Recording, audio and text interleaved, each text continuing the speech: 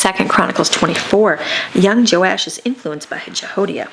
Joash was 7 years old when he became king, and he reigned for 40 years in Jerusalem. His mother's name was Zibiah from Beersheba. Joash did what was right in the sight of the Lord all the days of Jehoiada, the priest, his uncle. Jehoiada took 2 wives for him, and he fathered sons and daughters. Interesting. Faithless priest. Now it came about after this, and Joash decided to restore the house of the temple of the Lord.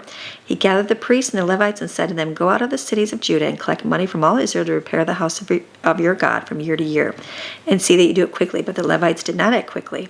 So the king called for Jehoiada the high priest and said to him, "Why have you not required the Levites to bring in from Judah and Jerusalem the tax for the tent of the testimony, which was authorized by Moses, the servant of the Lord, and the servant of the assembly of Israel?"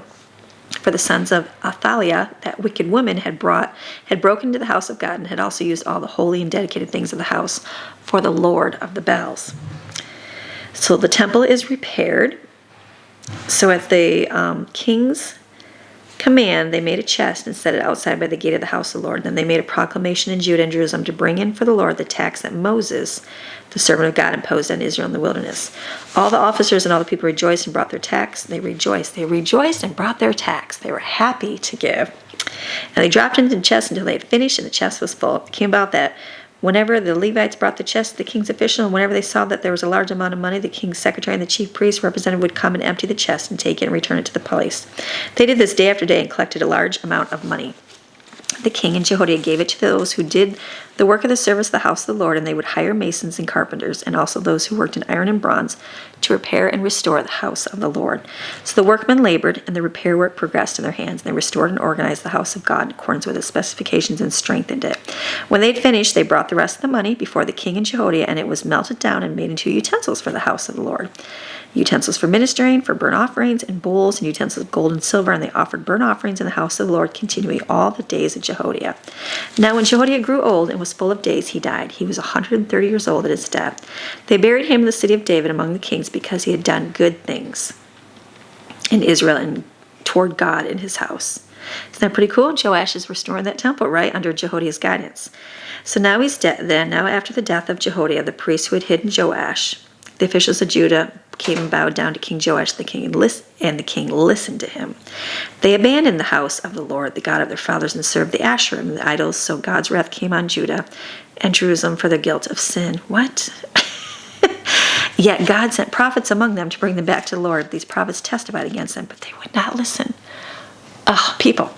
Joash murders sons of Jehoiada. Then the Spirit of God came over Zechariah, the son of Jehoiada, the priest, and he stood above the people and said to them, "This is what God has said. Why do you transgress the commandments of the Lord so that you cannot prosper? Because you have abandoned and turned away from the Lord. He has also abandoned and turned away from you." So they conspired against Zechariah and stoned him to death at the command of the king in the courtyard in the house of the Lord. Then Joash the king did not remember the kindness which Jehoiada, Zechariah's father, had shown him, but he murdered his son. And when Zechariah was dying, he said, "May the Lord see this and require an accounting." Not good. All right, Aram invades and defeats Judah. Now it happened at the end of the year that the army of Aram went up against Joash. They came to Judah and Jerusalem and killed all the leaders among the people and sent all their spoil to the king of Damascus. Though the army of the Arameans came with a very small company of men, the Lord handed over a very large army into their hands, because Joash and Judah had abandoned their way from him, the Lord, the God of their fathers. So the Arameans executed judgment against Joash. When they left Joash they left him very ill. His own servants conspired against him because of the blood of the son of Jehoiada the priest, and they murdered him on his bed. So he died, and they buried him in the city of David, but they did not bury him in the tombs of the kings. The conspirators against Joash were Zabad, told who it was. Now as to his sons and to the many prophecies uttered against him in the rebuilding of the house of God, they are written in the commentary of the book of Kings. Then his son Amaziah became king in his place. So Joash is assassinated. It matters who influences you. Finish well. Don't just start well. It's very important who you listen to. He was doing great, right? Had a good leader. And then that went away. And then he's listening to the wrong person. So, all right. Up and down, up and down. Do you see this in life? Do you find that in your own life? Sometimes it's up, sometimes it's down. We want to be up and keep going up. All right, I'll see you tomorrow.